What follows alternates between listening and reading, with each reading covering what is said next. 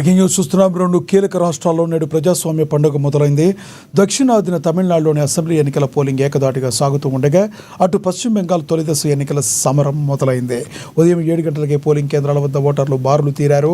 తమిళనాడులో మొత్తంగా 234 స్థానాలకు ఒకే విడతలో పోలింగ్ జరుగుతూ ఉండగా బెంగాల్లో 152 స్థానాలకు మొదటి విడతలో ఓటింగ్ నిర్వహిస్తున్నారు. తమిళనాడులో అటు రాజకీయ ఉద్దండులు ఇటు సినీ తారలు తమ ఓటు హక్కును వినియోగించుకుంటున్నారు. చెన్నై నుంచి కన్యాకుమారి వరకు ఓటర్లు ఉత్సాహంగా కదులుతున్నారు.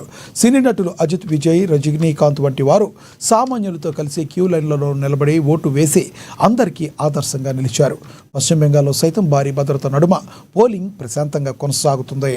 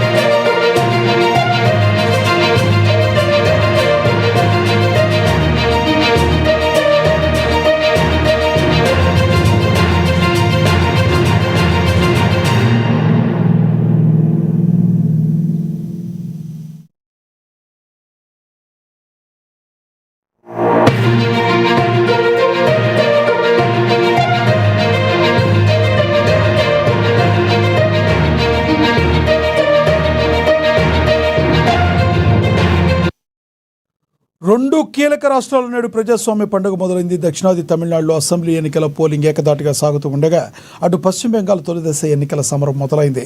ఉదయం 7 గంటలకే పోలింగ్ కేంద్రాల వద్ద ఓటర్లు బారులు తీరారు.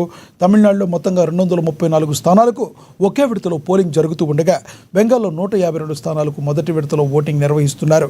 తమిళనాడులో అటు రాజకీయ ఉద్దండులు ఇటు సినీ తారలు తమ ఓటు హక్కును వినియోగించుకుంటున్నారు.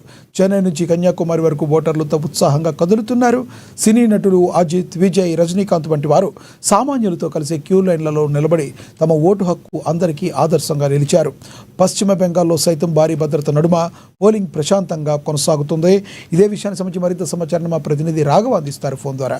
రాఘవ, చెప్పండి, అలా ఓటింగ్ ఏ విధంగా జరుగుతుంది? మీ దగ్గర ఉన్న తాజా సమాచారం ఏంటి?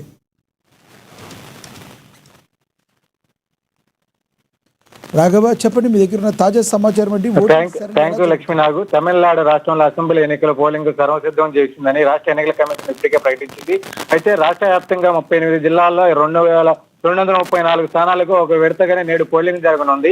అయితే ఉదయం 7 గంటల నుంచి సాయంత్రం 6 గంటల వరకు జరుగుతుందని పోలింగ్ జరుగుతుందని కూడా అధికారులు కూడా ప్రకటించారు. అయితే ఈ తమిళనాడు రాష్ట్రంలో 4223 పోలింగ్ కేంద్రాల్లో ఓటు హక్కు వినియోగించుకున్నట్టు తెలుస్తుంది. అంటే సుమారుగా రాష్ట్రంలో 5,73,00,000 మంది ఓటర్లు ఉన్నట్టు కూడా రాష్ట్ర ఎన్నికల కమిషన్ కూడా తెలిపి తమ ఓటు హక్కును వినియోగించుకున్నగా కొత్తగా నమోదు చేయించుకున్న 14,59,000 మంది యువ ఓటర్లు కూడా ఉన్నారని కూడా ఎన్నికల కమిషన్ కూడా ఇప్పటికే సమాచారం ఇస్తుంది. అంటే ఏదైనా సరే ఈ తమిళనాడు రాష్ట్రంలో ఎన్నికల ప్రధాన ప్రత్యర్థులుగా డిఎంకే, అన్నాడీఎంకే పార్టీలకు కూడా ఉన్నాయని చెప్పుకోవచ్చు. అంటే ఎన్నికల కీలకగానున్న టీవీకే తమిళనాడు వెటరింగ్ కలం కూడా ఒక చెప్పుకోవచ్చు. ఏదైతే పోలింగ్ ప్రశాంత వాతావరణం జరిగేందుకు కూడా పోలింగ్ కేంద్రాల వద్ద కూడా 144 సెక్షన్ల అమలు కూడా ఉందని కూడా ఇప్పటికే ఎన్నికల కమిషన్ కూడా జరుగుతుంది. అయితే తమిళనాడు ముఖ చిత్రం కూడా కీలక ఘట్టం కూడా ఆవిష్కరిస్తుందని కూడా చెప్పుకోవచ్చు. అయితే అసెంబ్లీ ఎన్నికల పోలింగ్ రోజు కూడా ఉదయం 7 గంటల నుంచి సాయంత్రం 6 గంటల వరకు ఉత్సాహంగా ప్రారంభమైందని చెప్పుకోవచ్చు. ఏదేమైనా చెప్పేట్టుగా తమిళనాడు రాష్ట్రంలో కూడా ముఖ్యంగా తమిళ యువత కూడా ముఖ్యంగా ఈ ఎన్నికల్లో కూడా పాల్గొంటున్నారని కూడా చెప్పుకోవచ్చు. ఎన్నికల బరిలో కూడా నిలిచిన అభ్యర్థుల సంఖ్యగా రికార్డు స్థాయిలో ఉందని చెప్పుకోవచ్చు. రాష్ట్ర వ్యాప్తంగా వివిధ నియోజకవర్గాల నుండి మొత్తం 4023 మంది అభ్యర్థులు కూడా తమ అదృష్టాన్ని పరీక్షించినట్టు కూడా తెలుపుతుంది. అంటే వీరిల్లో పురుషుల అభ్యర్థులు 3587 మంది, మహిళా అభ్యర్థులు కూడా 438 మంది బరిలోకి దిగారు. అలాగే ప్రధాన పార్టీలు అయితే డిఎంకే గాని ఏఐఎండికేలు గాని పాటు ఇతర పార్టీలు స్వతంత్ర అభ్యర్థులుగా ఓటర్లు ఆగొట్టుకోవడానికి తీవ్రంగా శ్రమించారు. ఇప్పుడు నెల నుంచి కూడా నేటి ఓటర్లు కూడా ఇచ్చే తీర్పు ఈ అభ్యర్థుల రాజకీయ భవిత్వం కూడా తేలని చెప్పుకోవచ్చు.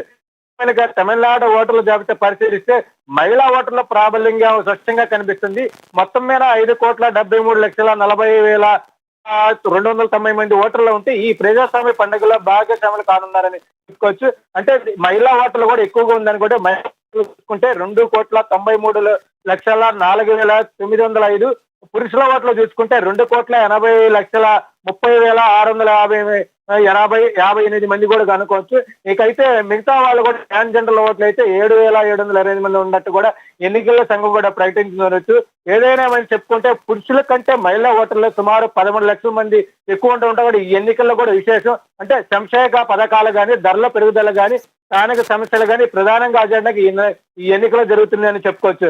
ఏదేమైనా చెప్పుకుంటే తమిళనాడు ఓటర్లంతా అత్యంత ఉత్సాహంగా ఓటు వేయాలని కూడా ఇప్పటికే భారత ప్రధానమంత్రి కూడా నరేంద్ర మోడీ కూడా కోరారు. అయితే తమిళనాడు శాసనసభలో ఎన్నికల్లో ఓటు వేస్తున్న తనంలో ప్రజాస్వామ్యాన్ని పవిత్ర కర్తవ్యంలో ఓట్లందరూ ఉత్సాహంగా పాల్గొనాలని కూడా పిలుపునిచ్చినట్టు కూడా తెలుస్తుంది. ఏదేమైనటువంటికి అంటే ఈ తమిళనాడు భవిష్యత్తు అంట మహిళా ఓటర్ల మీద చెప్పుకోవచ్చు, ఆకర్షణగా ఉందని చెప్పుకోవచ్చు. లక్ష్మీనాగు. Raghava, thank you Raghava.